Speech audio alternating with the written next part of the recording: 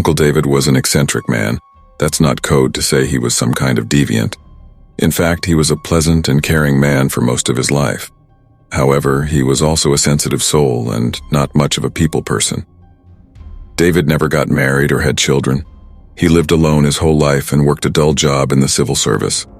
Yes, David was definitely an introvert and may have been on the spectrum, but he kept himself to himself and indulged in his unusual hobbies, some of which became obsessions. I guess that's why he bought the model village. For those of you unfamiliar with the concept, a model or miniature village is an attraction closely associated with the English countryside, although there are few left in existence in the 21st century. Some date back to the 19th century, but their popularity peaked from the 1930 to 1950. Essentially, they are outdoor-scale models turned into very detailed exhibits replicating towns or villages, containing everything from miniature churches, houses, railways, canals, and parks, and figurines representing small people, men, women, children, and even pets.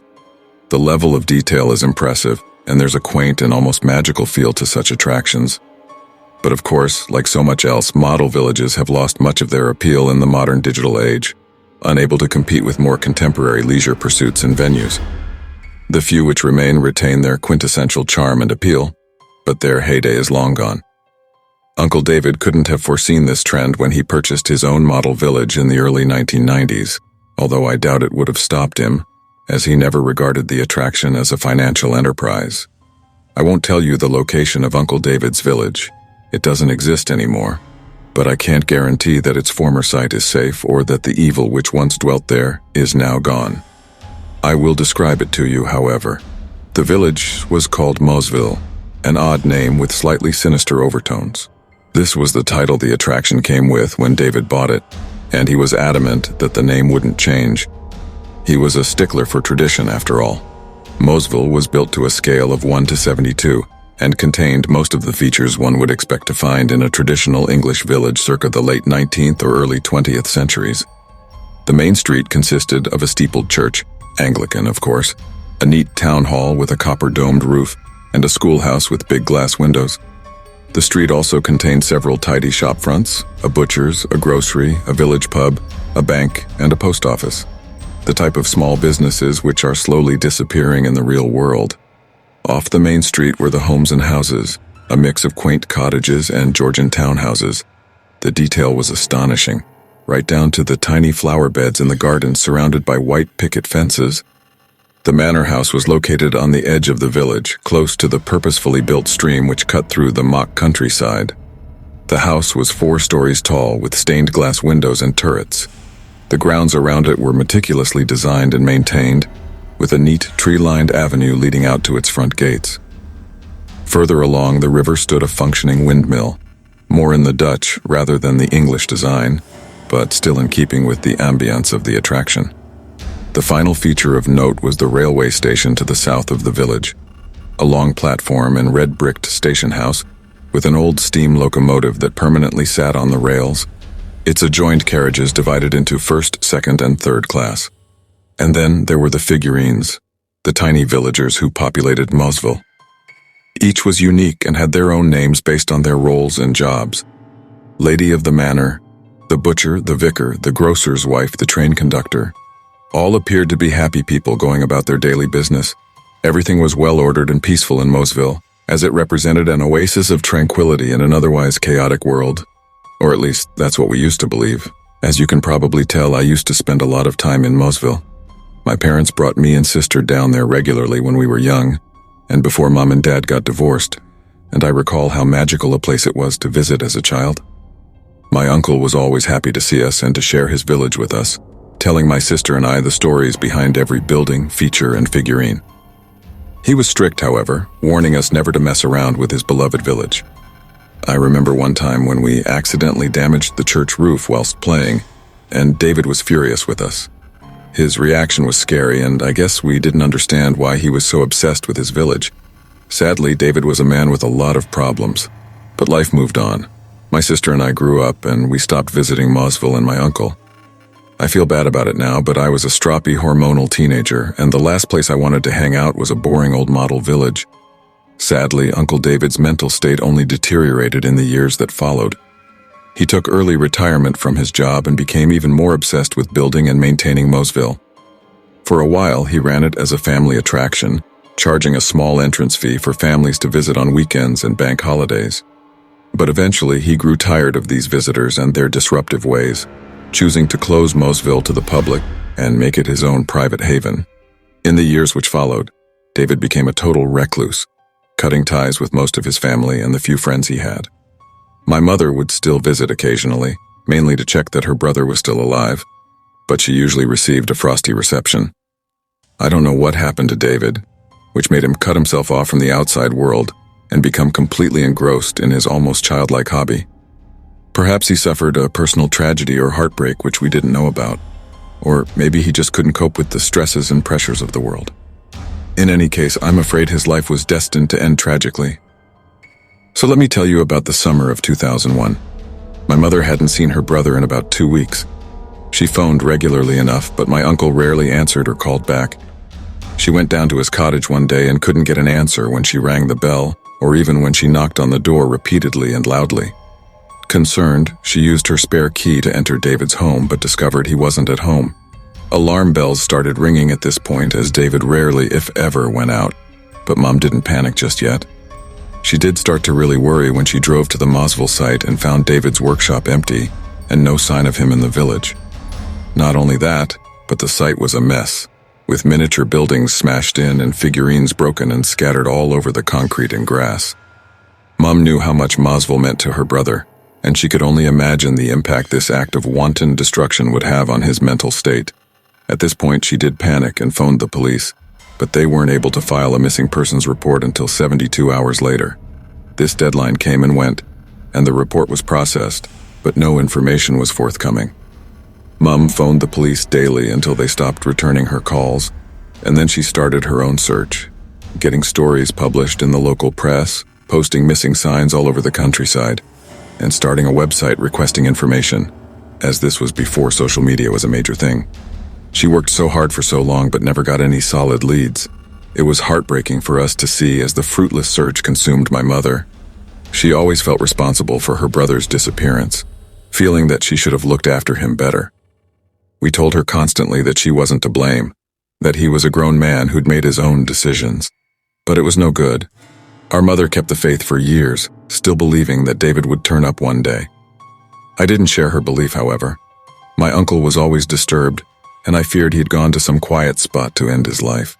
Perhaps his body had been swept out to sea, and that's why he was never found. I think the whole family shared my theory, but we never spoke about it, and we never told Mom what we thought. It would have broken her heart. In any case, the search went from cold to freezing, and after 7 long years, my uncle was declared legally dead. This sad milestone broke my mother. She went on with her life, being there for her family, children, and grandchildren, but a big part of her died along with her brother, and she never really recovered from the tragedy. I think it surprised us all when we discovered that David had written a will, and he'd left all his possessions and assets to my sister and I, including his beloved model village. Today, the weather was quite good. It started off cloudy, but the sun came out in the afternoon. This makes a pleasant change after all the rain over the previous few days. Thank goodness, as I have much work to do. I spent the morning in my workshop, finishing off my new villagers whilst touching up the paint on some of my existing people. The police constable's uniform needed retouched, and I'm excited about introducing the new undertaker to Mosville. As always, I need to work with painstaking accuracy on my little people to get them just right. Attention to detail is everything in this line of work. In the afternoon, I took advantage of the sunshine to do some work in the village, polishing the dome of the town hall and replacing 3 of the trees in the manor house grounds. Much to my annoyance, I saw that the stray tomcat had invaded my village once again. I didn't see the little bastard, but found evidence of its intrusion, with scratch marks on the church walls and several villagers out of place, scattered down the street with a blatant disrespect. This will have to stop. I've phoned the council to complain, asking that animal control captures the stray, but I doubt they'll do anything about it. I may need to take action myself. My sister called this evening. I didn't answer, but she left a message on the machine. This only added to my annoyance. I know she means well, but I wish she'd just leave me alone to get on with my work. Well, tomorrow is another day. The 10th of July, 2001. I am beyond furious. It has taken me all day to regain some level of composure so I can write down my experience and attempt to work through my anger. The day started like any other. I got up and traveled to Mosville to start work. What I discovered was an atrocity. Someone, or probably multiple persons, had broken in during the night and proceeded to wreak devastation in an act of pure barbarism. The bulk of the damage was confined to the main street. Several of the villagers were broken beyond repair. The grocer, the milkman, and the postmistress, all smashed to pieces. I don't know how anyone could be so cruel. There was some superficial damage to several buildings, but the vandals had taken out their anger on the church, breaking the steeple in half, crushing the roof, and stomping the building into the ground. I will need to rebuild the whole church from scratch. I was so angry that tears were rolling down my cheeks and I had to control my breathing before considering my next move. Once I calmed down somewhat, I phoned the police to report this act of wanton destruction. Sadly, this only added to my anger. They said they would process my report and send a constable out in due course, but I could tell they weren't taking it seriously. No doubt the vandalism was carried out by local teenage hoodlums. Children today are little better than animals, semi-feral and without discipline from their parents or teachers. The police will do nothing to stop them, and so these hooligans run amok, destroying property and ruining people's lives. This country really has gone to the dogs. I spent the rest of the morning cleaning up the mess, but there was another sickening twist to this foul tale. I almost missed it at first, hidden away as it was at the rear of the wrecked church. When I saw it, my heart froze for a second, and I believe I suffered a moment of genuine terror. The figurine was built to the same scale as my villagers, 1:72, meaning it was only an inch tall. I knew straight away that it wasn't one of mine. After recovering from my initial shock, I got down on my hands and knees to examine the miniature in closer detail. What I saw was a grim reaper, a sinister figure dressed in a dark robe down to his feet and with a hood covering his head. The figure had no face but did carry a scythe almost as tall as he was, its blade made from an actual tiny razor. I found the figurine repulsive and would never have such an ugly miniature in my village. But this raised the disturbing question of who had left the figure and why. I began to doubt my initial theory in that moment, thinking this was too sophisticated a trick for teenage hoodlums. Perhaps this is the act of a rival model villager, jealous at my creation? I took the Grim Reaper figurine back to my workshop to examine it more closely. I examined it under my magnifying glass, impressed by the precision its maker had used. This was clearly the work of a professional. There was something very disconcerting about the miniature, though, a creepy feeling that I couldn't quite explain. But things only got weirder. When I picked up the figurine, I found it was ice cold, like it was just out of the freezer. But as I held it in my hand, the figurine suddenly and inexplicably heated up, and in a moment it became so hot that it burned my hand, forcing me to drop it on the floor. I'll admit to swearing in rage as I looked down at the tiny Grim Reaper lying on the wood floor of my workshop. I couldn't understand what had just happened. Was this some sort of new technology? I'll gladly admit to being a Luddite, so I suppose it's possible. I should have kept the figure as evidence, but in my anger I acted in haste, using pliers to pick up the red-hot miniature and drop it into the furnace, watching with a grim satisfaction as it burnt to ashes. It's bedtime now, but I'm still angry and confused, so I doubt I'll get much sleep tonight. In any case, I will return to Mosville first thing in the morning. I pray this ugly incident is a one-off and I can put it behind me. The 11th of July, 2001, the intruders returned during the night. It was naive for me to think they wouldn't. I'm angry, but also deeply unsettled. Let me try to explain what happened. I arrived at Mosville shortly after dawn and went to work on the church reconstruction. At first, it didn't seem like there was any additional damage, but then I noticed several of the villagers were missing. The pub landlord, the schoolmistress, the fireman, the nurse, and the mayor were all gone. I searched frantically for my little people, hoping against hope that I'd simply misplaced them. I couldn't find their bodies, but I did find the heads. Yes, I can hardly believe that I'm writing this, but that's what I found. 5 tiny severed heads, all carefully impaled on the railings in front of the town hall, forming a sick and macabre display. I could hardly believe my eyes. I was horrified, disgusted, and also amazed. The amount of effort it must have taken to remove the heads from the 1-inch models and mount them to railings only millimeters thick. It almost defied belief. I struggled to breathe as I surveyed the scene, but then I saw it. The Grim Reaper miniature, that hateful figure. It was just standing there in the middle of Main Street. It was as if it were mocking me. It couldn't possibly be the same model from the previous day. I'd watched it burn, for God's sake. I stared at the Reaper for a moment before realizing that whoever was doing this must have made several copies of the figurine to mess with my head. I felt paranoid in that moment, scanning the horizon as I imagined my tormentor was watching me from afar. I soon reassured myself, however. I felt sure the vandal was too much of a coward to show his face during daylight. He would surely return under the cover of darkness, but next time I'd be waiting for him. In a fit of rage, I stomped the Grim Reaper under my boot, crushing it into little pieces. Enough is enough. Tonight I will stand guard right here and catch the bastard in the act. He's going to regret he ever messed with me. The 12th of July, 2001. I am in hell. Is this real?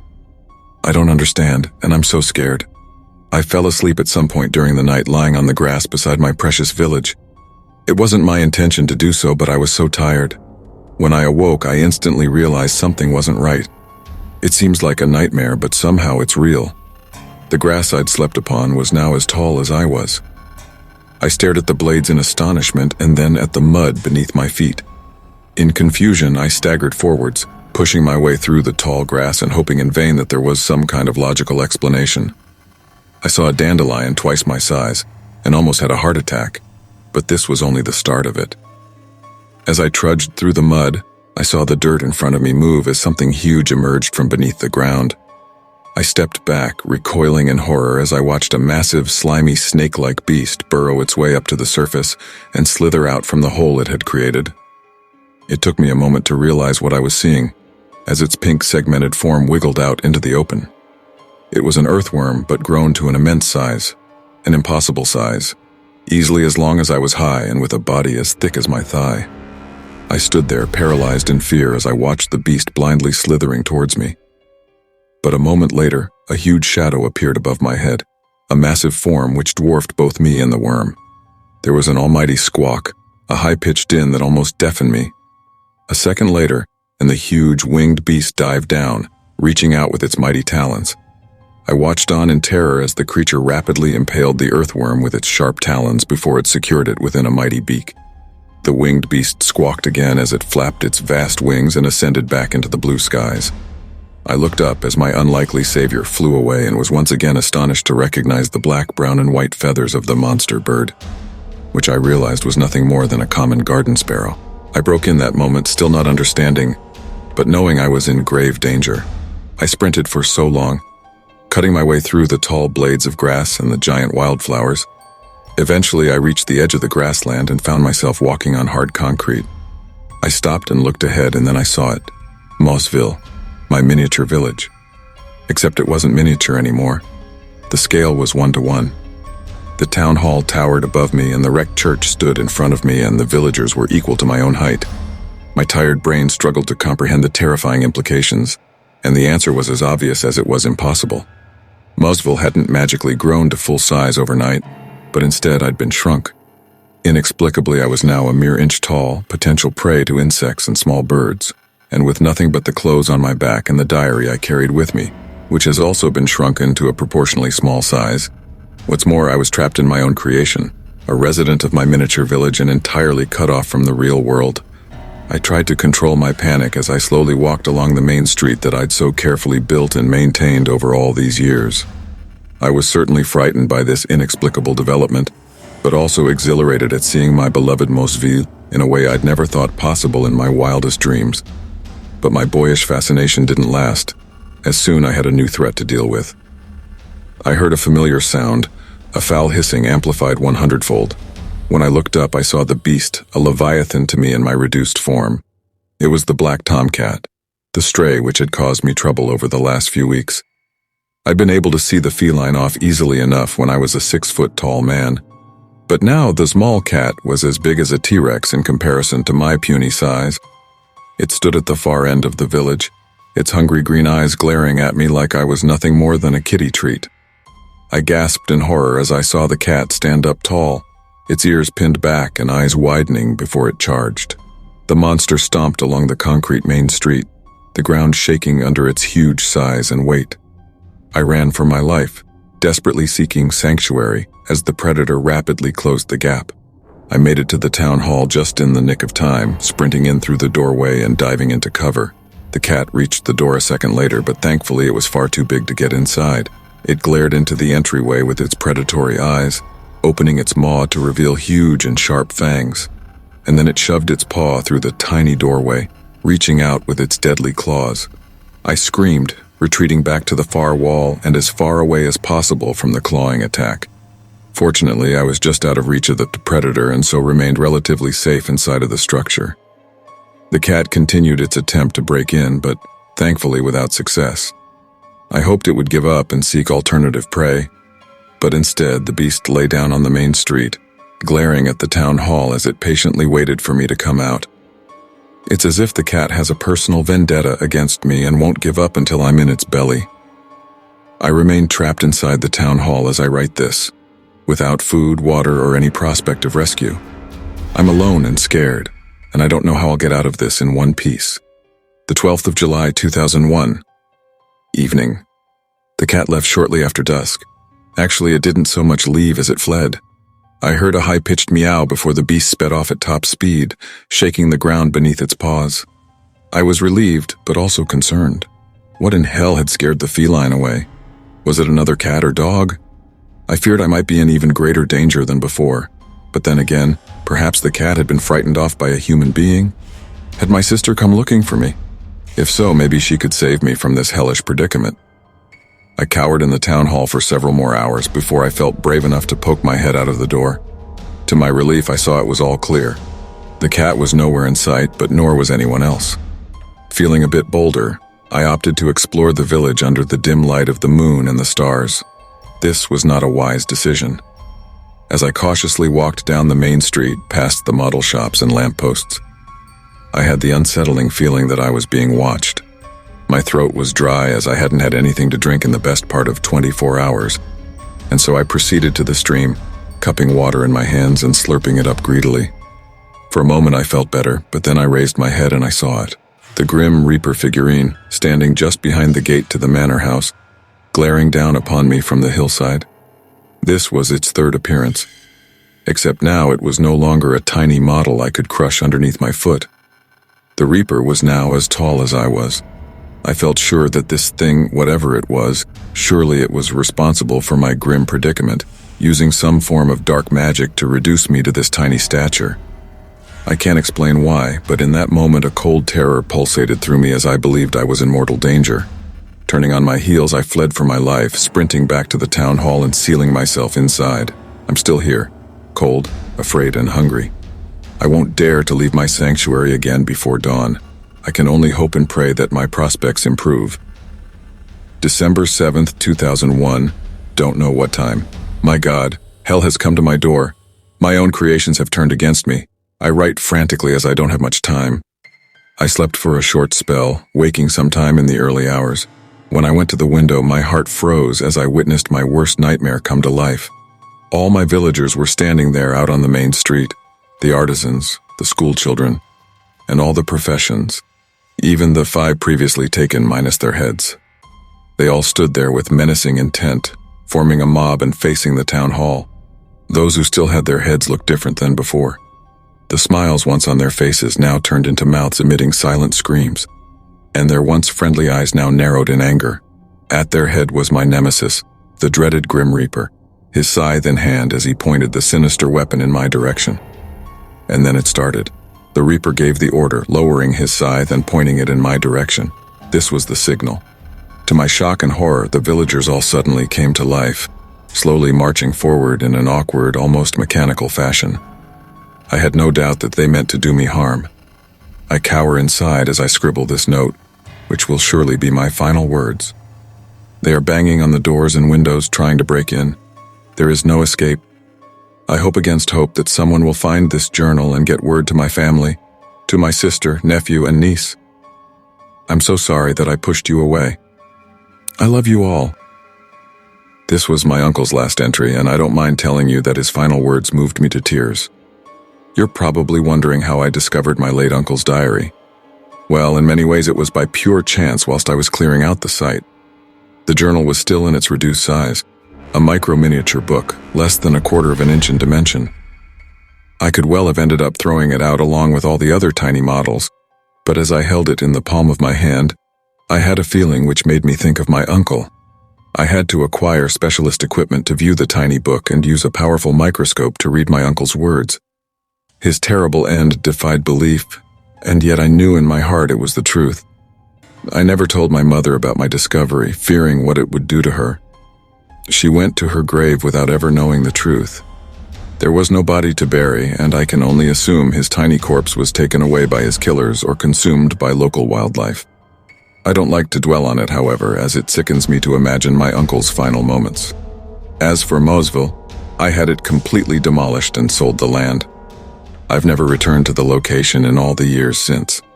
I can't help but feel that this bizarre tragedy would not have happened if David had kept in touch with his family. In the end, you could say that his obsession killed him. I don't know what you'll make of this story. I still don't fully understand it myself.